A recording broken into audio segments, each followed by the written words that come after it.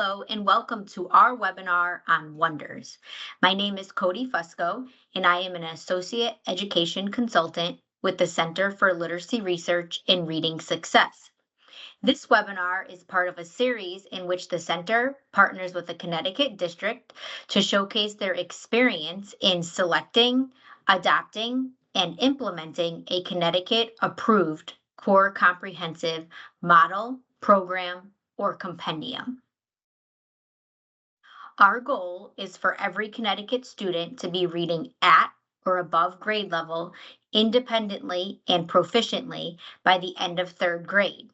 In order to make this happen, one of the key features of the Connecticut K-3 literacy strategy is to implement a scientifically based, evidence-based, core comprehensive program.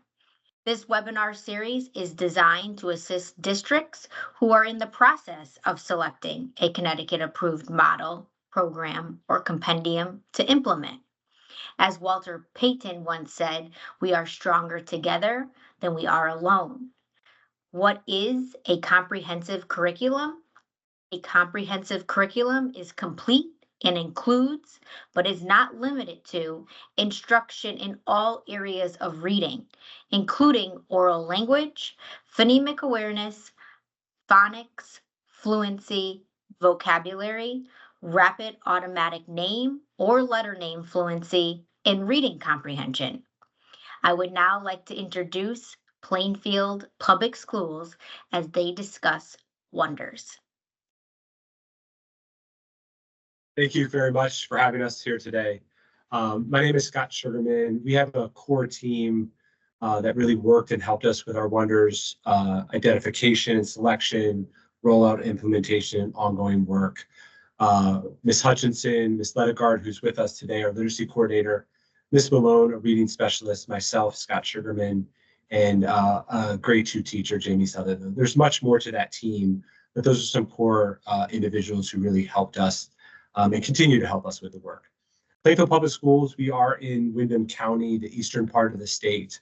We have 1,882 students with a declining enrollment over the past couple of years as other districts have experienced. We have 366 students with IEPs, 183 students with 504 plans, and an increasing high needs population. Our free and reduced lunch population over the past 10 to 15 years has more than doubled. And so our demographics, our needs have all changed. And coming out of COVID, all of those things have been magnified. What we want to really highlight for folks today, I'm going to turn it first over to Kate, is our identification of a reading program. And we are intentional of calling it a program because to the definition that's spelled out in the legislator and Cody read, we also made an investment and feel like the additional part to make a full curriculum is that expertise with our staff. And so while we went through a thoughtful process to select a high quality program, we also took this opportunity with this legislation to make a reinvestment in our staff of becoming experts in the science of reading and literacy instructors, because that was the missing ingredient we felt as we looked at the program and made ongoing decisions and updates to what we were doing. So we're going to walk through that process, and I'm going to first turn it over to Kate Ledegard, our literacy coordinator. Thanks, Scott. So we chose Wonders as our program. It utilizes research-based practices based on the science of reading research. It addresses all areas of literacy, and it's been reviewed by Ed Reports and most recently the Reading League. And through those reports, you can see where the strengths and some of the weaknesses are, which, as Scott said, this is where we can really utilize that expertise and that training to help our educators understand what the important aspects of this program are and where we can enhance our teaching practices. And then we also chose World of Wonders for our pre-K program. That way the pre-K students are prepared for the Wonders program as they move up into kindergarten. Some of the components of Wonders are the shared read, the paired read. There are numerous opportunities for students to dive into decodables, to hear effective read alouds, to really practice that word work, and to then work on the connected writing. Through the process of adopting this program, we began with some basic research. The district team collaborated to choose 2 programs to pilot. The programs needed to meet the instructional needs of all the students. They looked at ed reports, material review, and then discussions with publishers before deciding on 2 programs to pilot. Then the district had 1 teacher at each grade level, K through 5, pilot each of the programs. There were many discussions, mostly bi-monthly, to talk about what the instructional practices were within the programs, the materials of the programs, and then at the very end of quite the school year, there was a rating done of each of the programs by neutral parties who hadn't piloted them. And then Wonders was put forth to the Board of Ed for approval. Then the following year, the summer before after it was adopted, the summer before implementation, those that had piloted the program created pacing guides for each grade level to really help the instructors, the educators, to implement the program. There was a lot of initial PD from the publishers. We worked in a K2 and then a 3-5 cohort at the very beginning of the school year. And then we had continuous professional development from the publisher throughout the year, each with a different focus: small group instruction, writing instruction, which assessments to use, and so forth. And we've had subsequent professional development from McGraw Hill for Wonders as we've continued on. So what we want to focus on is our year 1 implementation versus our ongoing implementation. And it's important to understand that there's a difference between the two, right? So for us, we realized the year 1 implementation was going to be heavily focused on accessibility of the Wonders program and the materials that are in there. It's a robust program. There's lots of resources. I don't even think all of our teachers have been able to access all the resources, because it is a lot. And I want to be honest, it's a lot of resources and documents and useful resources. But our year 1 focus was really on how are we implementing Wonders, how are we accessing those resources in there, and how are we ensuring just alignment of implementation across the district. And so we started literacy walkthroughs with our administrators to come through and look at how are we implementing the SGI block? How are we implementing the shared read? Are we utilizing the resources consistently across the district? That was the focus of that year 1 implementation. But that wasn't for us the ongoing implementation. That wasn't going to be the secret sauce that continued for years and years to come. What we realized, and as I said at the start, to make this program a true curriculum is we needed our teachers to become experts in literacy instruction.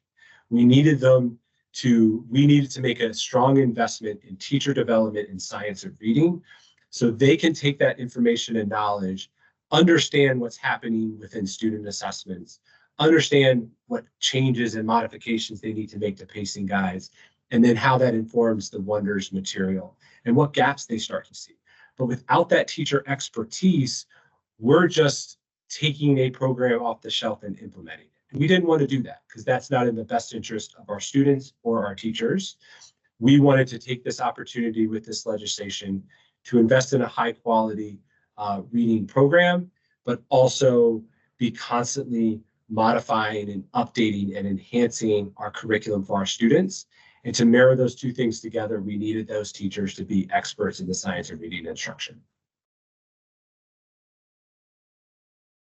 So we really want to highlight for us, one of our greatest successes, right, was we took this opportunity to truly partner with Literacy How and truly partner with Hill for Literacy through the Right to Read professional learning series. And what we really did was, the Hill for Literacy training is broken up in 2 parts. There's a leadership component of how you build that leadership capacity in the district. And we really focused on that component, because the second component, the science of reading component, a lot of the people that were part of the Hill for Literacy had already got that training through Literacy How. But they're both worthwhile initiatives for us to invest in. So the Literacy How is, we made a commitment to say every pre-K to 5th grade teacher is going to be trained in the Literacy How 9-day training series within 3 to 4 years.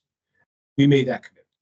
We also made the commitment that any new teacher to Plainfield has to go to that training in year one, right? We're saying we're all in here. You need to become an expert in literacy instruction because we're going to have high-level conversations as a district, as a school, and as a grade team.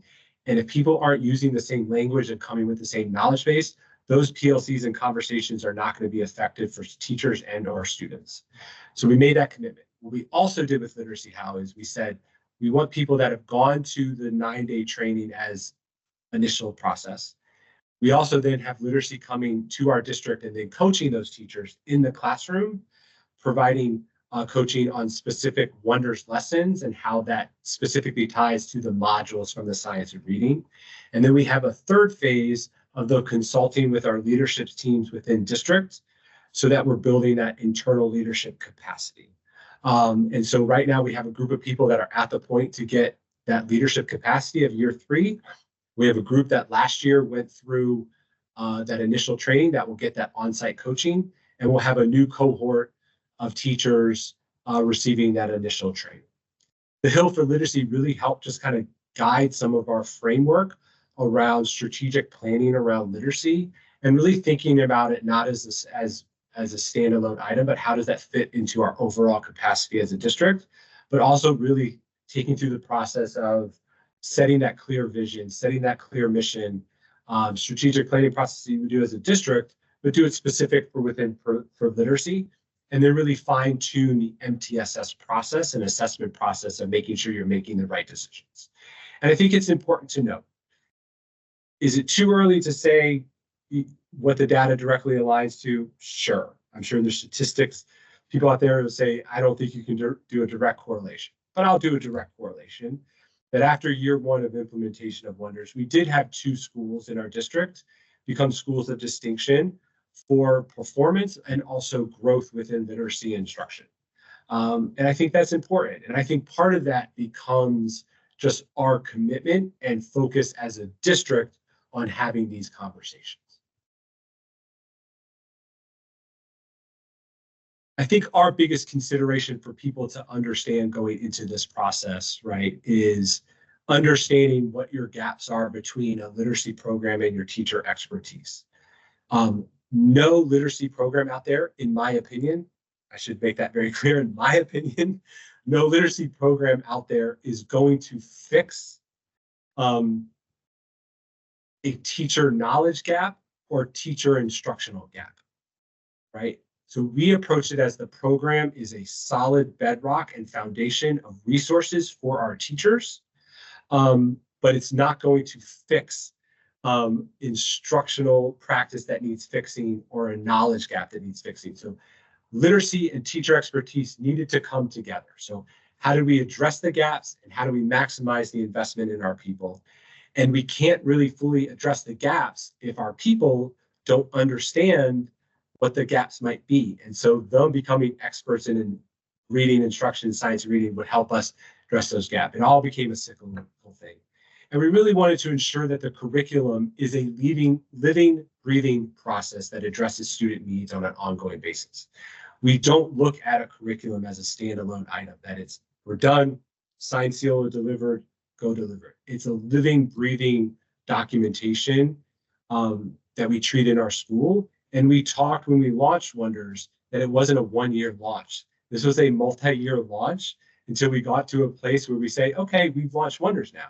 And now that we're all comfortable in using it, our curriculum is an ongoing living, breathing process of making those changes and tweaks, because every year it's a different population of students and needs.